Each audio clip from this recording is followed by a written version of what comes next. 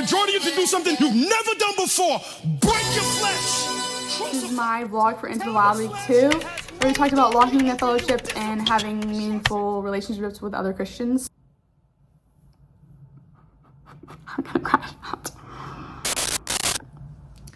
Okay, so the first question is, what's a funny memory you have with your small group or church people?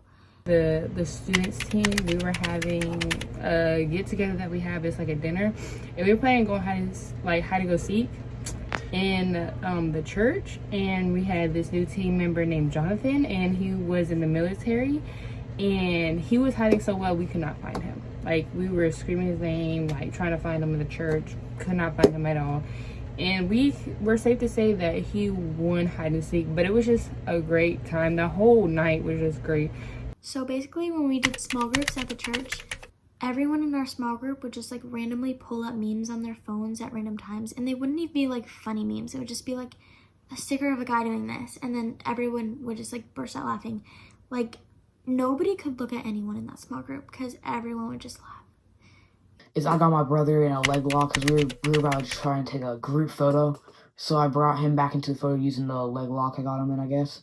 Just brought him back in. My girl Lexi, she was up there giving a diva one Wednesday night, and homegirl was up there like actually like visually choking, and she just kept coughing, and I had no clue what to do, and I kind of was just sitting there like, oh my gosh, like, do we get her water? Like, what? Like, I didn't know. I never been in that circumstance before. Looking back at it now, if she ever happens to choke on the stage, I will gladly grab some water. Hopefully if I ever choke up on the stage, someone grabs me water. But Okay, the next question is, where have you seen real community show up for you lately? Me and my friends have a group chat with each other. And we just like to call about almost every night. We just talk to each other about life and games we play. It's one of the ways that we like communicate with each other and like help each other with our problems occasionally. We usually do some funny stuff, I guess, with each other. Okay, so I serve on the worship team at our church, and they have asked me to lead an upcoming Sunday, and I've just been nervous about it. But everybody around me has literally just been like so supportive and encouraging, and it really just like helps me like not feel as nervous, and they have like just reminded me like this is what God's calling you to do, so like don't be afraid to step into it. next question is, share a moment where someone in your community showed up for you in an unexpected way. I remember that I was at work and my boss had to use my car to go like drop off a delivery, and when I got back he had filled up my tank and he had filled up my tires without me even asking. And the funny thing is that my tires were really low, and I was actually, when I left work, I was actually able to get them filled, and he did them for me without even me asking or anything. And he filled up my tank of gas just because I let him use my car, which was no problem at all because I wasn't using it at the time because I was at work. So that definitely was just amazing to experience, and I was just so grateful for that, for sure. And it just made me like think like, wow, like he didn't have to do that, but he chose to. For me, that literally would have to be my last birthday that I had.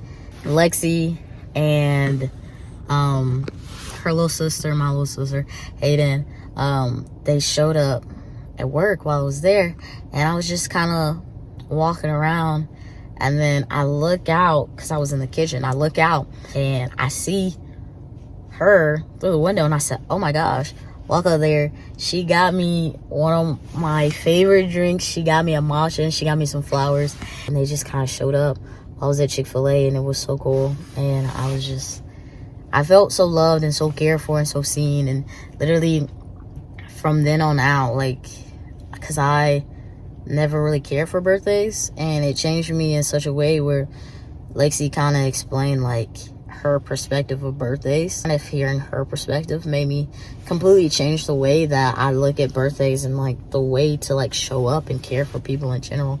And I think that's like super important. How has community helped me with growing my faith? And so, like, as I'm serving, like, seeing other people lead, I get to learn from them, and that also helps my faith grow.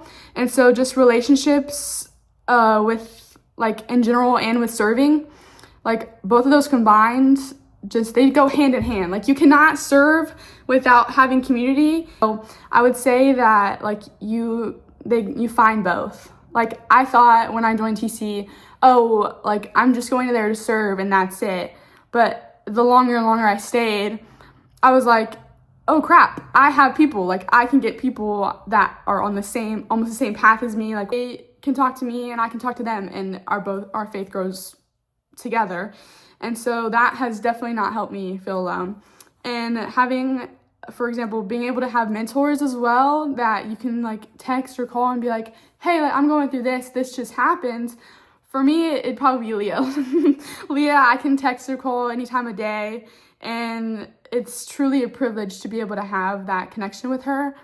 And that just really helps me not feel alone, because I know that, like, I couldn't just walk up to somebody on the street and be like, I'm going through this and this and this. They'd be like, who are you? What are you talking about? But because you have community and, like, relationships with people, you get to, like, talk to them, you get to vent to them, your faith grows. Sometimes my group leaders, they can give me, like, little tips and tricks to just take time to read my Bible, or, like, understand what some verses in the Bible mean. Why do I think fellowship is essential and not optional for following Jesus? Honestly, it's essential because that's what we've been called to. We're called to, of the top 2 commandments, is 1, love God, and then 2, it's love others as you love yourself. So with that being literally the second most important thing that we're called to do as Christians, like Jesus literally said, you'll know someone is one of his disciples by the way they love another human being.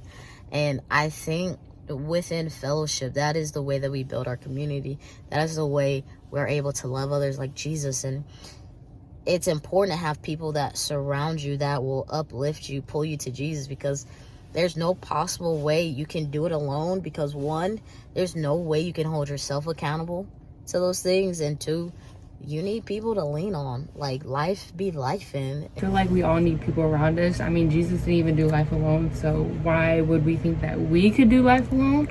So I think fellowship is very important, and building a community is very important, because why do life alone? Question 3 is, what's one thing you love about your small group or church community right now? I think I would just have to say, like, how genuinely loving and caring everybody is. Like, even if you answer a question you think your answer is kind of stupid, like, nobody's judging you. Like, it's a safe space, and I just love that. That, like, I can just joke around with my group leaders, like Caius or Zay or Devin. We can just, like, joke around sometimes during small groups and stuff. Like, we can be doing, like, some small funny games, or just do some stuff that could be, like, cringe or funny. It doesn't always have to be completely serious how it could be for some other churches, I guess. But we do get serious when we have to when we're trying to actually get through the things we're talking about. We're calling it In the House now. I love In the House. I love motion nights. I love everything about it. But as we are going out into the wild, being able to share this experience with the whole entire, like, students is really, like, mind-blowing. Like, it's truly empowering to be able to, like, be the movement, be the change, because this Wednesday I was sitting, we were listening and paying attention or whatever, and I just see, like, a ton of people, like, look at us. They're just, like, looking at us, and I smile and whatever. I'm obviously still locked in, but being able to be a part of, like, the change, like, we might have just planted a seed. They might just be like, they might be driving home and be like, man, I wonder what those people were doing. But because we were there and we were having our Bibles open, almost everybody had a Bible. Almost everybody had a physical Bible. We were so locked in to Ms. Jeannie, Ms. Rachel this week that, like, we planted a seed. We didn't even have to talk to the people, but because they saw us with our Bibles, that I bet they were thinking about that on the drive home. And so being able to, like, experience that as a group is really, like, it's just really great. My favorite part about Into the Wild right now is that it's not, like, 11th and 12th grade girls and, like, 9th and 10th, like, separate. It's all high school. We both equally, as upperclassmen and lowerclassmen, get to pour into each other, and it's really great. I think that our bonds are going to definitely be formed. And then the last question is, what's one way that you've seen students intentionally choose community? Even before, some of them came a little early and they were all talking to each other and nobody was really off to the side. So I was just like super proud that they were all, you know, coming together and choosing community. My younger girls, they are always FaceTiming each other and having Bible studies together. Like, they honestly inspire me to do more, to be more, and it's so cool to see their passion, how on fire they are for God. Literally are texting each other all the time, talking about what they found out in the Word, ways they're going to show up in their small group, ways they're going to show up in their schools, where they're going to show up for each other. And these kids are incredible when it comes to community and inviting people and connecting with people. Truly so inspiring to see, and I love these kids. I love that I get to do this. As a little bonus, my small group is doing one verse that we can all memorize each week. And this week's is Philippians 2:4. It says, "Not looking to your own interests, but each of you to the interests of the others." And I think that's just perfect for what we're talking about, like community and fellowship right now. I saw this quote that said, we can't expect to live holy when our minds are set on things are ungodly. And so as we were talking about like fellowshipping with other people, they really just like build you up. We also talked about how connections that redirect and push you are like one of the best connections you can have, and like holding each other accountable is really, really a big thing in fellowship. And that fruit comes from good fellowship. It's actually phenomenal the amount of stuff you can walk away from just going to Starbucks Something with you've never one of your done friends before. and talking Break about your that. flesh. Crucify it. Tell your flesh it has no authority over you.